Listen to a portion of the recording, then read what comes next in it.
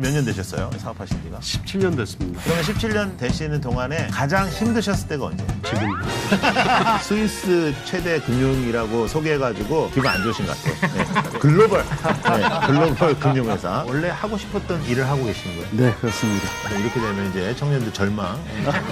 강대상도 잡고 몇 년을 그냥 울면서 기도도 많이 했습니다. 하나님 꿈쩍도 안 하시더라고요. 하나님의 타이밍은 다른 거구나. 왜? 당신의 때가 나한테 합당하지 않다고 생각하기 때문에 기다리신 거고.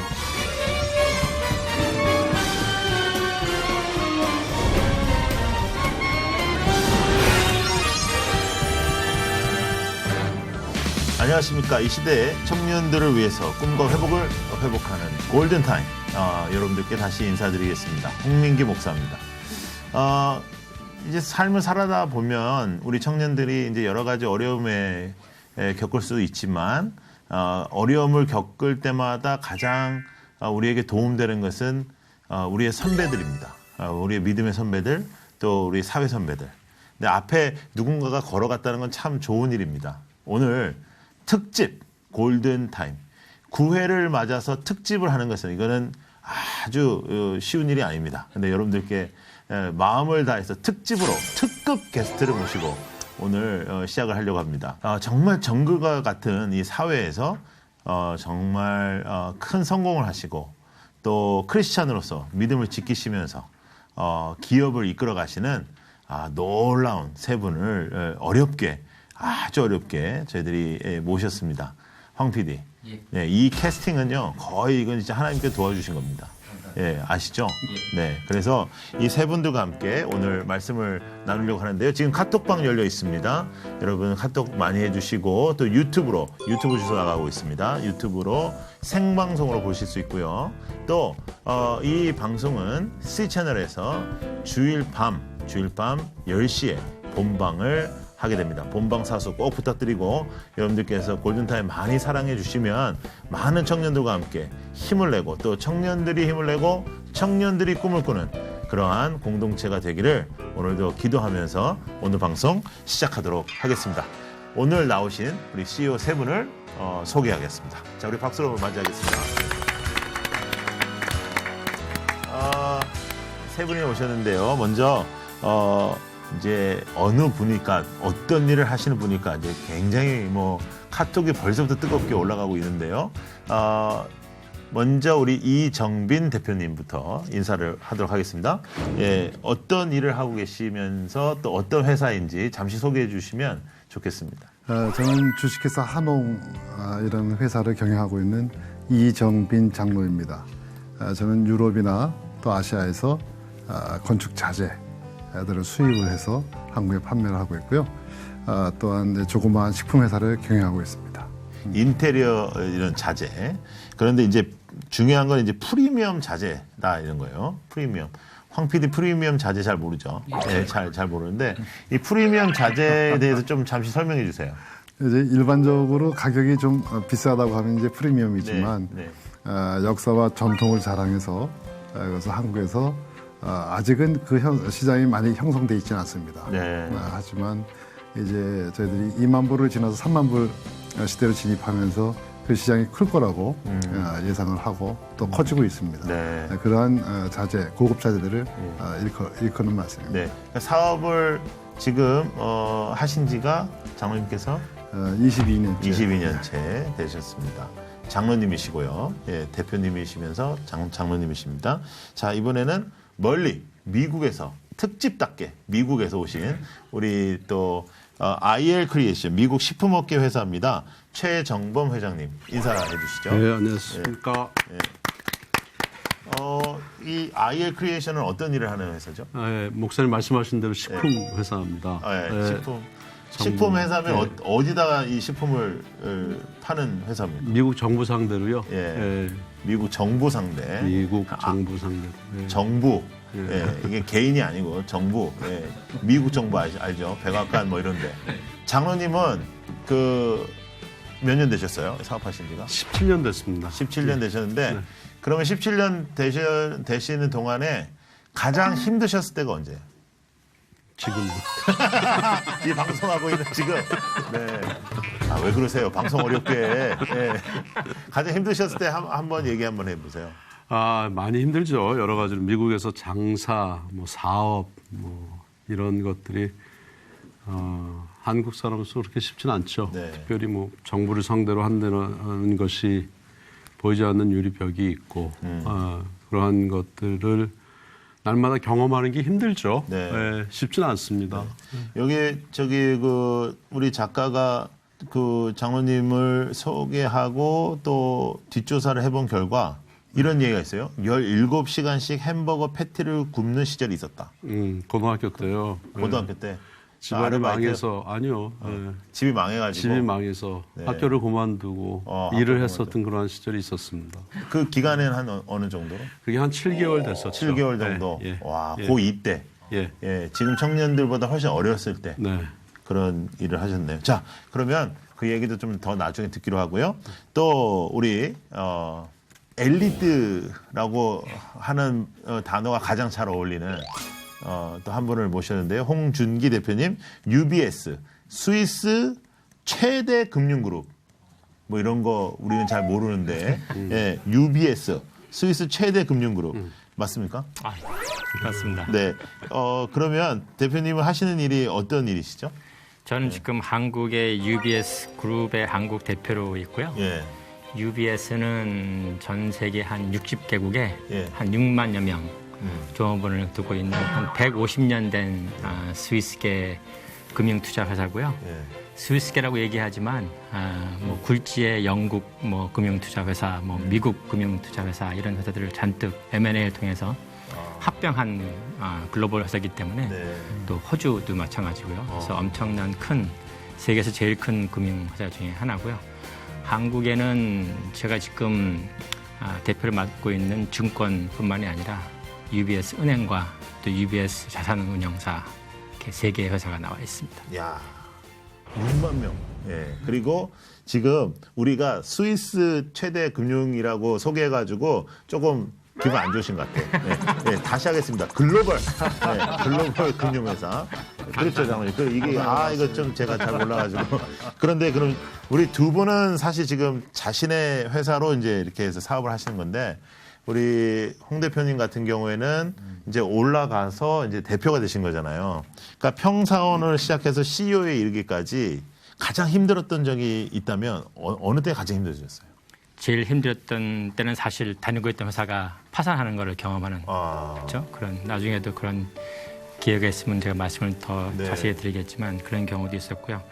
이 투자 금융 회사를 제가 처음부터 계획했던 게 아니고요. 저는 원래 대학교 때 화학공학 전공이었습니다. 그래서 네. 화학공학을 전공하고 미국에서 다오 케미칼이라는 화학공학 회사에 예. 연구직을 얻어서 거기서 결혼까지 하고 연구원이셨구나. 네, 맨 처음에. 연구원했습니다. 네. 예.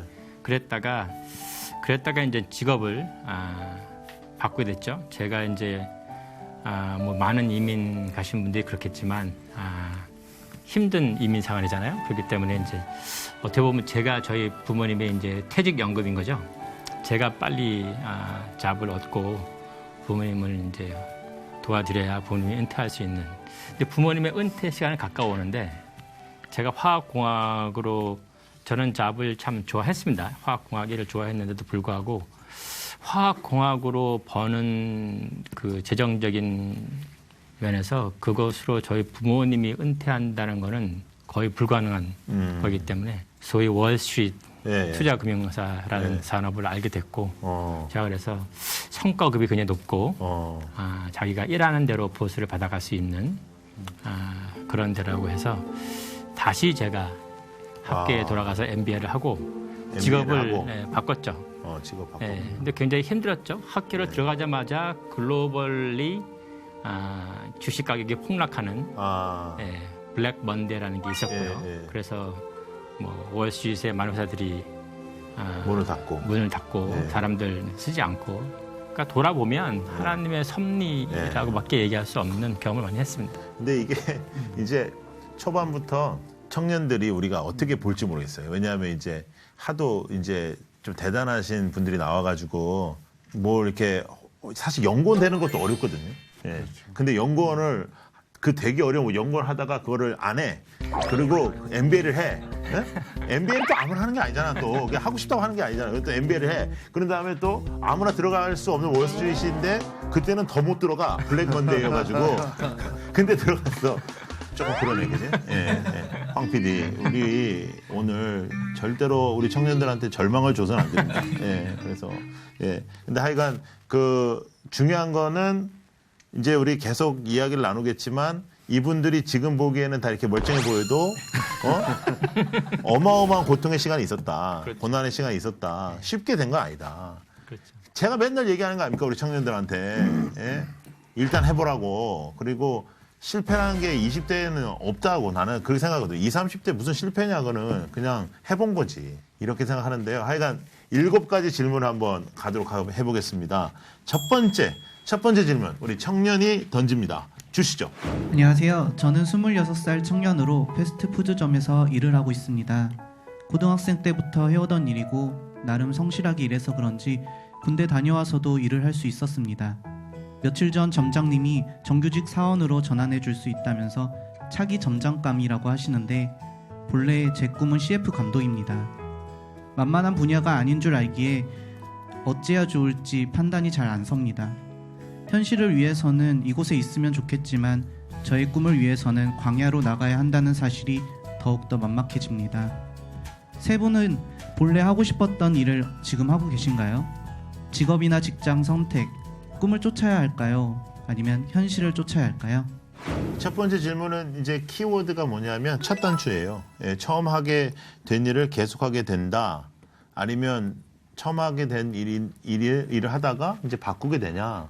근데 나는 지금 꿈을 따라가야 되냐. 아니면 내가 지금 현실을 택해야 되냐. 근데 이 친구가 사실상 지금 패스트푸드점에서 일하는데 패스트푸드점의 정규직 사원으로 전환을 해준다.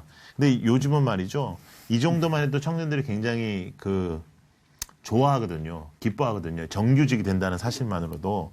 그래서 이제 우리 대표님들이라서 뭐 그게 뭐냐. 그 정도로 인생 살냐. 이렇게 생각하시면 안 되고 지금 현실이 좀 그래요. 그런데 이 친구는 꿈이 있어. CF 감독이야. 예. CF 감독인데 CF 감독을 하려면 아마도 배가 좀 고파야 될 거예요. 한동안. 이제 그걸 하냐 안 하냐 이런 질문인데요. 장로님은 지금 원래 하고 싶었던 일을 하고 계시는 거예요? 네, 그렇습니다. 이렇게 되면 이제 청년들 절망. 네,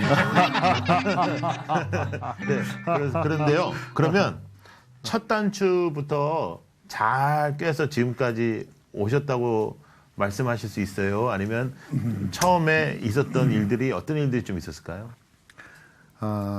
저는 이제 처음에 사업을 해야 되겠다고 결단을 한 이후에 많은 고민을 했습니다.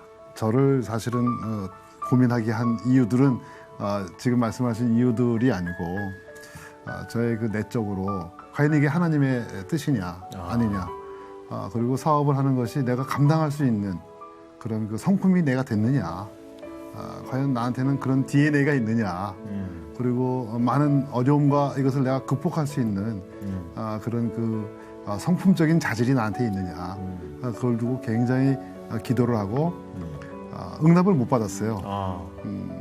너는 사업가로 내가 점지한다. 네네. 하나님께서 그런 말씀 안 하시더라고요. 네, 그래서 그냥 하나님께 의뢰하고 네네. 하나님 첫째 솔직히 말씀드리면 첫째 저는 좀 참을성이 모자라고 끈기가 모자랐어요.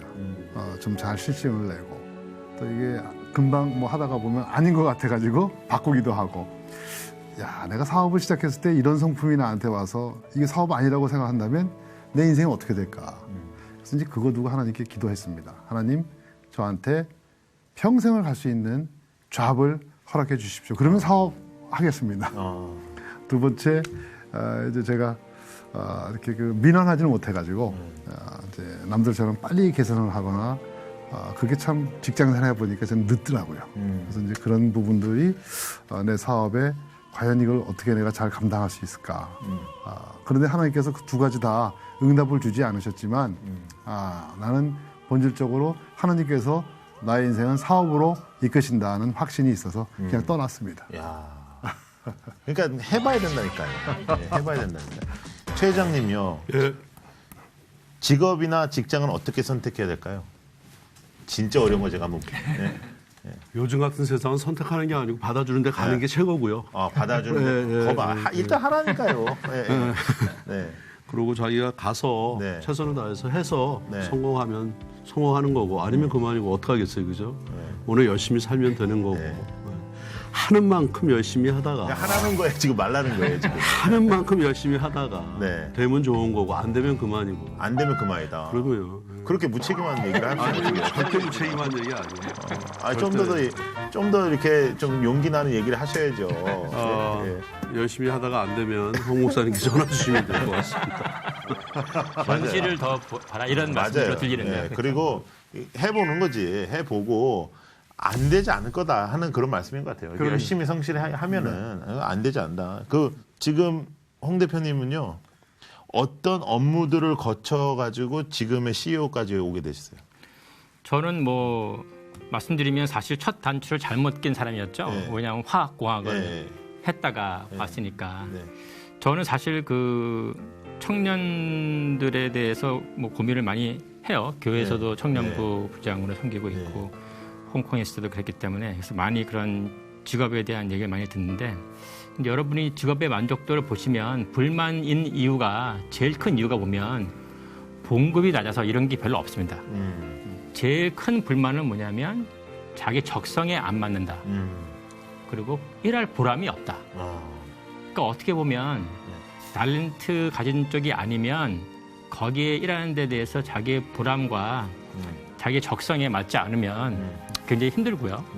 결국은 요즘은 어느 일을 하든지 간에 초경쟁 사회 아닙니까? 초경쟁 사회에서 다른 사람이 경쟁해야 되는데 다른 사람은 적성이 살아남으려면. 많고 보람이 있어서 열심히 하고 있는데 자기는 적성도 안 맞고 보람을 못 느끼면서 어떻게 초경쟁 사회에서 살아남을 수가 있겠습니까? 그렇죠? 그래서 제 생각에는 현실에 맞게 시작하고 부딪혀보는 거 중요하고 그러면서 계속 꿈은 갖고 가야 된다. 그러니까 이번에 질문에 대한 분명한 답이네요. 꿈으로 가라. 예.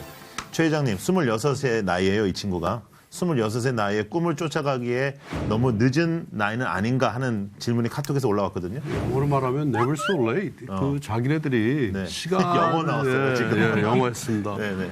시간적으로 어차피 우리가 믿는 사람들이라고 하면 네. 하나님의 계획 속에 있는 사람들이니까 시간에 구애받고 사는 건 어차피 평생 후회하게 될 수밖에 없으니까 지금 시작하는 게 한 번도 시작하지 않은 것보다는 훨씬 더 나을 것 같습니다. 야, 진짜 뭐 마음이 따뜻해지네요, 그죠? 예, 괜찮습니다. 예, 오늘 방송이 괜찮을 것 같아요. 예, 괜찮을 것 같아요. 자, 두 번째 질문 들어가겠습니다. 안녕하세요. 직장인이 되고 딱 1년이 되는 청년입니다.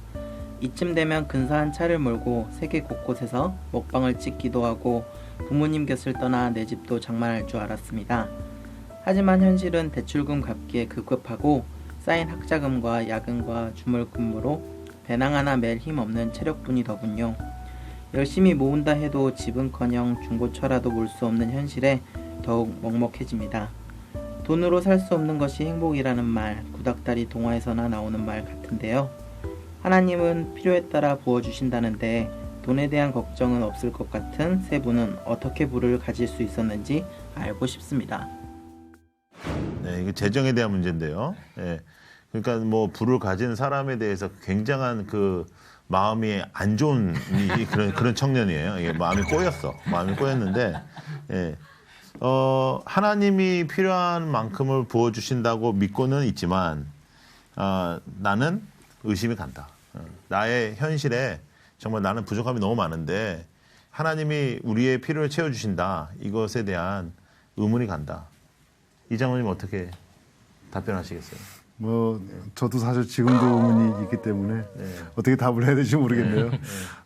그런데 이제 저도 사실은 사업을 하면서 이렇게 한번 하나님의 뜻을 나의 삶 속에 이뤄보겠다. 그런 꿈이 있었어요. 이제 거룩한 꿈, 선교라든지 또 어떤 그 미자리 교회를 돕는다든지. 근데 이제 돈 때문은 아니지만 어쨌든 꿈이 있었는데 하나님께서는 그 꿈을 응답은 저는 하셨다고 봅니다. 하지만 현찰로 응답을 안 하시고 어음으로 주신 거예요. 돈을 주셨어요. 하나님 저 돈 주십시오. 그때 하나님께서 예따로 주셨는데 보니까 20년 뒤에 만기되는 어음을 주셨다. 그래서 제가 그것을 나중에 깨달았어요. 아, 나의 뜻과 하나님의 그 타이밍은 다른 거구나. 그것을 막 애타게 찾기도 하고 실망도 하고 외쳐 부르짖기도 하고 교회에 가서 저 강대상 붙잡고 몇 년을 그냥 울면서 기도도 많이 했습니다. 하나님 꿈쩍도 안 하시더라고요. 왜? 당신의 때가 나한테 합당하지 않다고 생각하기 때문에 기다리신 거고 하나님께서는 그때가 차기까지 기다리셨다가 주셨다. 그것을 저는 믿습니다. 그래서 부는 하나님께서 허락하시면 그 누구도 막지 못하고 또 넘치게도 주시지만 또 하나님께서 허락하지 아니하셨기 때문에 나는 내가 원했던 뭐 해외 여행이나 자동차나 이것이 결코 나한테 올 수 없다. 그때까지는 기다려야 된다. 최 회장님 같은 경우에는요, 부자가 되고 싶다라고 회장님께 오는 청년에게 어떤 얘기를 하고 싶어요? 나도 이만과 똑같다. 근데 돈이라고 하는 건 한 10여 년 전에 제가 신문을 봤을 때 연 70억을 현찰로 벌면 내가 돈에 대한 부족함을 모르고 산다라고 하는 보고를 본 적이 있습니다. 10여 년 전에 70억, 700만 불 돈이었으니까요. 그러면 뭐 자기 비행기 사고 뭐 그야말로 여러 가지 활동을 할 수 있다라고 얘기를 하는데 지금 뭐 한 1,000만 불, 그렇죠. 한 100억 정도 되겠죠. 100억, 120억. 돈은 항상 모자랍니다. 돈은 본인이 얼마만큼 그 행복을 찾을 수 있는가. 그게 더 중요한 것 같습니다. 그렇죠. 돈에 대한 거. 지금 카톡에 지금 올라왔는데 고등부 교사라는 분이 이런 질문을 던졌어요. 학생들에게 성공은 이꼴 돈이다. 돈 많이 버는 게 성공이다. 이렇게 얘기한다면 지금 세 분은 돈이라는 것은 성공은 아니다. 돈 그 자체는 그렇게 하신다면 성공은 뭐냐? 성공은 뭐냐?